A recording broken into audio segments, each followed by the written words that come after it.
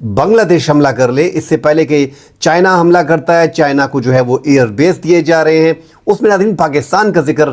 India ہر جگہ پہ پاکستان پاکستان پاکستان، وہ اپنے عوام کو بیوقوف بنا رہا ہے، وہ سمجھ رہا ہے کہ اس میں بھی گمنام مجاہدین جو ہے وہ شامل ہیں۔ میں ایک آدھ کلپ تو آپ کو، چونکہ یوٹیوب کی پالیسی کے خلاف ہے، صرف آواز میں آپ کو سنا سکتا ہوں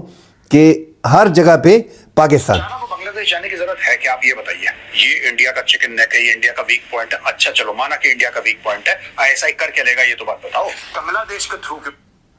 ISI ان کو یہ بھی لگ رہا ہے، اب یہ کہا جا رہا ہے کہ وہاں پہ جو ہے چکن نیک کے قریب جو ہے پاکستان، چائنا جو ایئر بیس بنانے جا رہا ہے وہاں پہ جو ہے پاکستان اس کو بنائے گا، ایسی خبریں پھیلائی جا رہی ہیں۔ تو کیا اب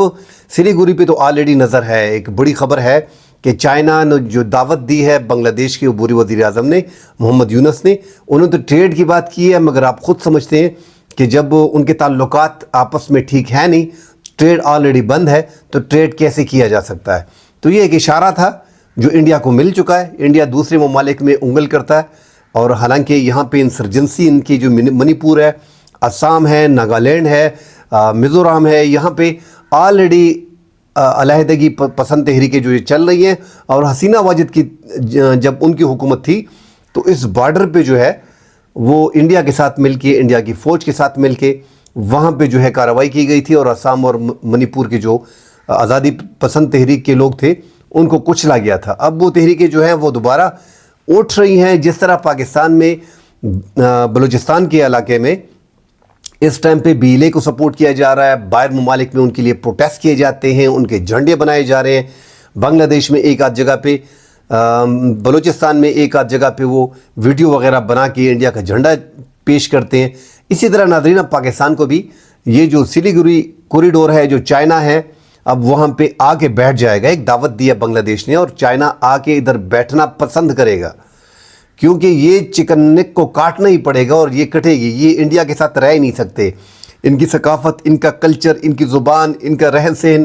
سب کچھ ڈیفرنٹ ہے۔ یہ آزادی کی تحریکیں جو وہاں پہ چل رہی ہیں وہ اس لیے چل رہی ہیں، یہ کبھی بھی انڈیا کا حصہ نہیں رہ سکتے، بلکہ اس سے ہٹ کے، اور جو ہم شو کرتے ہیں کہ انڈیا اتنا بڑا ملک ہے اور وہاں پہ آزادی کی، ناظرین وہاں پہ جو آزادی کی تحریکیں چل رہی ہیں اس ٹائم پہ، جو سب سے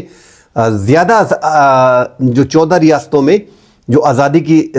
تحریکیں چل رہی ہیں، اس میں 21 بڑی تحریکیں ہیں اور 53 چھوٹی تحریکیں ہیں جو مختلف اس ٹائم پہ چل رہی ہیں۔ اس میں آسام اور منی پور، اس سے ہٹ کے اگر آپ مئو وادیوں پہ جائیں تو ان میں انڈین افواج کو اب تک ہزاروں کی تعداد میں قتل کر چکے ہیں۔ تو مئو وادیوں کے ساتھ تو ان کا علیحدہ سے چل رہا ہے۔ اس طرح کشمیر ناظرین ڈسپیوٹ ہے پاکستان کا اور انڈیا کا، آزادی کی تحریک وہاں پہ کیسے کچلی جا رہی ہے۔ 7 لاکھ افواج کو وہاں پہ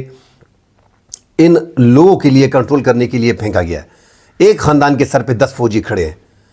اور پاکستان جو ہے اس متنازع علاقے کا دعوے دار ہے، اور یہ ڈسپیوٹ 1947 سے اب تک جو ہے وہ چلا آ رہا ہے۔ بدقسمتی سے 370 کا آرٹیکل انڈیا نے جو ریموو کیا ہے اس پہ پاکستان نے پروٹیسٹ کیا تھا، باقی پاکستان کچھ کر نہیں سکا۔ ہم کشمیر کے معاملات پہ دیکھتے ہیں، مقبوضہ کشمیر میں پاکستان کو کسی بھی طور پہ پیچھے نہیں رہنا چاہیے، اس مشکل وقت میں ان کو چھوڑنا نہیں چاہیے۔ پاکستان اس ٹائم پہ برابر طور پہ مقبوضہ کشمیر کے لیے لڑ رہا ہے، اور لڑنا بھی چاہیے، ان کے لوگوں کے ساتھ کھڑا ہونا چاہیے۔ پرسوں بھی وہاں پہ جو مجاہدین نے اٹیک کیا ہے، انڈیا آرمی 4-5 دن میں ان 4-5 مجاہدین کو جو ہے وہ پکڑ نہیں سکی، اور ان کے لیے ہیلی کاپٹرز اور آپریشنز اور پتہ نہیں کیا کیا کمانڈوز کو لایا گیا، مگر وہ ان کو سینکڑوں کمانڈوز 4 لوگوں کے لیے، 4 مجاہدین کے لیے لائے گئے، مگر 5 دن میں وہ پکڑ ان کو نہیں سکے، اور انہوں نے دعویٰ کیا کہ یہ پاکستان کی طرف سے مجاہدین آئے ہیں اور وہ پاکستان میں کارروائی کر رہے ہیں اور کشمیر کے حالات کو خراب کر رہے ہیں۔ ناظرین بلوچستان میں جو حالات خراب کیے جا رہے ہیں، آپ کشمیر کا ہمیں حوالہ دیتے ہو، کشمیر میں تو پاکستان 1947 سے لگا ہوا ہے، وہ تو آپ کا علاقہ ہے نہیں۔ آپ جو بلوچستان میں کر رہے ہو تو پاکستان کو اب منی پور میں، آسام میں، ناگالینڈ میں، ان ایریاز میں، تریپورہ میں، میزورام میں، ان علاقوں میں جو وہاں کا آپ کا کلچر، آپ کے لباس، رہن سہن آپ کے مطابق ہے نہیں، وہ آپ کے ایریاز ہے نہیں، وہ آپ میں شامل ہوئے تھے، اور وہاں پہ اپنے رولز اور ریگولیشنز ہیں، وہ ان کے مطابق زندگی بسر کر رہے ہیں۔ تو پاکستان کو ان کی مدد کرنی چاہیے، جس طرح چائنا جو ہے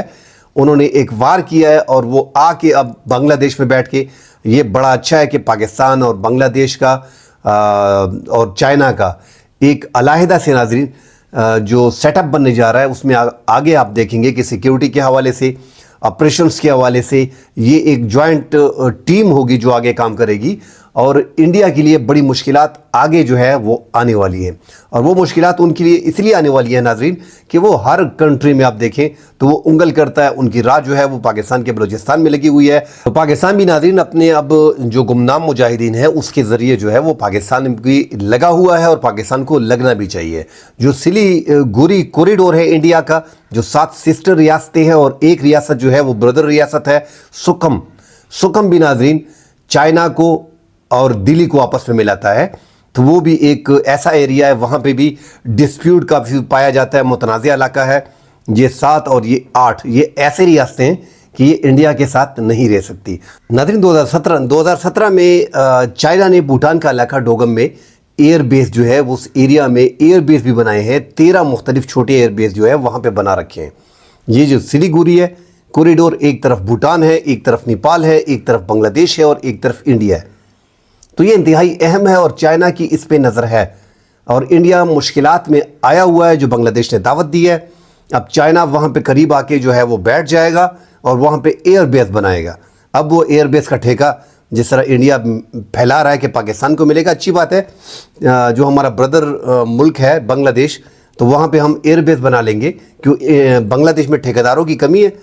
بھائی خدا کا خوف کرو، ان کا میڈیا جو ہے دفاعی تجزیہ نگار پورا میڈیا اب اکسا رہا ہے کہ چائنا حملہ کرنے آ رہا ہے، تو اس سے پہلے آپ بنگلہ دیش کا یہ علاقہ جو ہے وہ کاٹ دو، تاکہ بنگلہ دیش کے پاس ساحل سمندر نہ رہے، اور وہ جو اتنی بڑی بڑی باتیں کر رہا ہے وہ اس قابل نہ رہے۔ تو یہ اتنا آسان ہے نہیں جتنا یہ فیل کر رہے ہیں۔ پاکستان کو بھی ہر مشکل وقت میں بنگلہ دیش کے ساتھ کھڑا رہنا پڑے گا، اور بنگلہ دیش کے ساتھ اپنے فوجی تعلقات اور فضائیہ کے تعلقات کو برقرار رکھنا پڑے گا۔ بنگلہ دیش کو فضائی طور پہ اپنے آپ کو مضبوط کرنا پڑے گا، جس طرح وہ پاکستان کے ساتھ JF-17 تھنڈر کی اور بلاک 3 کی بات کر رہا ہے، تو وہ ایک فوری طور پہ ایک اسکواڈن جو ہے ان کو دے دینا چاہیے، تاکہ ان کی فضائیہ جو ہے وہ مضبوط رہے اور انڈیا ان کے لیے آگے جا کے مشکلات پیدا نہ کرے۔ ناظرین انڈیا کی اس ٹائم پہ جو نظریں ہیں وہ محمد یونس پہ نہیں ہیں، کیونکہ وہ بری حکومت کے وزیر اعظم ہے، وہ آگے جا کے انتخابات میں جو وعدہ کیا ہے محمد یونس نے اس میں گڑبڑ کرے گا۔ اور اس میں گڑبڑ کیسے کرے گا ناظرین؟ انہوں نے کیونکہ وہاں پہ 15-16 سال پوری راہ اور پوری انڈیا کی ٹیمیں حسینہ واجد کے ٹائم میں بنگلہ دیش میں موجود تھی، تو اب وہ مکمل طور پہ کوشش کریں گے کسی طریقے سے عوامی لیگ جو بنگلہ دیش کی ہے، جو حسینہ واجد کی ہے، ان کو انتخابات میں یا کہیں آزاد گروپ کو جو ہے ان کو اقتدار میں لایا جائے، اور یہ جو دیگر جو اسٹوڈنٹس کا گروپ ہے اور جو خالدہ ضیاء کی پارٹی ہے بنگلہ دیش نیشنل پارٹی جو ہے اس کو اقتدار نہ ملے، جماعت اسلامی کو اقتدار نہ ملے، تو وہ کوشش کریں گے، حالات خراب کریں گے انتخابات میں اور اپنا ایک گروپ لانے کی کوشش کریں گے، مگر اس ٹائم پہ بڑا مشکل لگ رہا ہے کیونکہ عوام کا موڈ جو ہے وہ کافی بدلا ہوا ہے، مگر حالات خراب کرنے کے لیے اس ٹائم پہ انڈیا بیٹھا ہوا ہے۔ تو انڈیا کسی بھی ٹائم، یہ جو بات ہوئی ہے محمد یونس کی، یہ کوئی چھوٹی بات نہیں ہے، اس کا مطلب سیدھا سیدھا ہے کہ چائنا آئے اور یہ چکن نیک جو ہے وہ کاٹ لے، تاکہ انڈیا کی یہ 7 اسٹیٹ اور ایک ان کا 22 اسٹیٹ سکم جو ہے یہ علیحدہ ہو جائے۔ تو انڈیا نے، بنگلہ دیش نے ایک سمارٹ موو کی ہے، اور ڈومیننسی کو برقرار رکھنے کے لیے چائنا کو ادھر لانے کے لیے کوشش کی جا رہی ہے۔ جو ڈومیننسی انڈیا کی تھی بنگلہ دیش میں، اس کا صفایا تقریباً ہو چکا ہے، اور اب بنگلہ دیشی عوام، چونکہ عوام ان کو سپورٹ کر رہی ہے، اس سے پہلے عوام انڈیا کے خلاف تھی، ان کی وزیر اعظم جو ہے، جو مکھیہ منتری تھی، جن کو بٹھایا گیا تھا پرو انڈین تھی حسینہ واجد، وہ انڈیا کی جھولی میں بیٹھی ہوئی تھی، تو عوام ایک طرف تھی اور جو حکومتی اقتدار ہیں وہ دوسری طرف تھے۔ اب یہاں پہ عوام اور حکومت دونوں ایک سائڈ پہ ہیں، کیونکہ وہاں پہ جو 80% 85% پاپولیشن ہے وہ مسلم کی ہے۔ اب ان کے تعلقات پاکستان کے ساتھ کافی بہتر ہو گئے، پاکستان کے ساتھ اچھے تعلقات بن گئے، اور انڈیا کو سب سے بڑی پرابلم یہ ہے ناظرین، انڈیا کے پڑوس میں آپ دیکھیں چائنا، نیپال، بھوٹان، بنگلہ دیش، پاکستان، کسی کے ساتھ ان کے اچھے تعلقات نہیں ہیں، میانمار، کسی کے ساتھ اچھے تعلقات نہیں ہیں۔ اب یہ ایک بنگلہ دیش تھا ان کے ہاتھ میں، وہ بھی ان سے چلا گیا۔ اور دیکھیں گے ناظرین، یہ چکن نیک جو بات کی گئی ہے، اس پہ انڈیا میں بوال کھڑا ہو گیا، اور لازمی طور پہ اگر الیکشن میں ان کا بندہ نہیں آتا ہے تو وہ اپنے اس چکن نیک کو محفوظ کرنے کے لیے بنگلہ دیش کے کچھ حصے کو ضرور کاٹے گا۔ اللہ کرے بنگلہ دیش مزید مضبوط ہو اور پاکستان اس کے ساتھ کھڑا ہو، مگر بنگلہ دیش میں ایک کام ہے ایک پاکستانی قوم اور ایک بنگلہ دیشی قوم کہ وہ اپنے آرمی کے ساتھ جو ہے وہ لڑتی ہے. تو یہ اگر بنگلہ دیش کی آرمی کو سمجھتے ہیں کہ یہ 2-2.5 لاکھ آرمی ہے تو یہ میرے نظر میں 18 لاکھ کی آرمی ہے. یہ ملک پورا جو ہے وہ افواج کے ساتھ کھڑی ہوتی ہے. انڈیا میں وہ چیز نہیں ہے. وہ 20-30% اگر ہوں گے تو ہوں گے, مگر پاکستان اور بنگلہ دیش یہ ایسے لوگ ہیں, دونوں بھائی ہیں نا, ایک ساتھ رہے. تو یہ ایسے ہیں کہ یہ قوم اپنی افواج کے ساتھ لڑتی ہے. تو انڈیا کو آگے اس لیے مشکلات آ رہی ہیں کہ اتنا آسان ہے بھی نہیں حملہ کرنا. کل انشاءاللہ اگلے پروگرام میں حاضر ہوں گے. فی الحال کے لیے اجازت دیجیے. اللہ حافظ.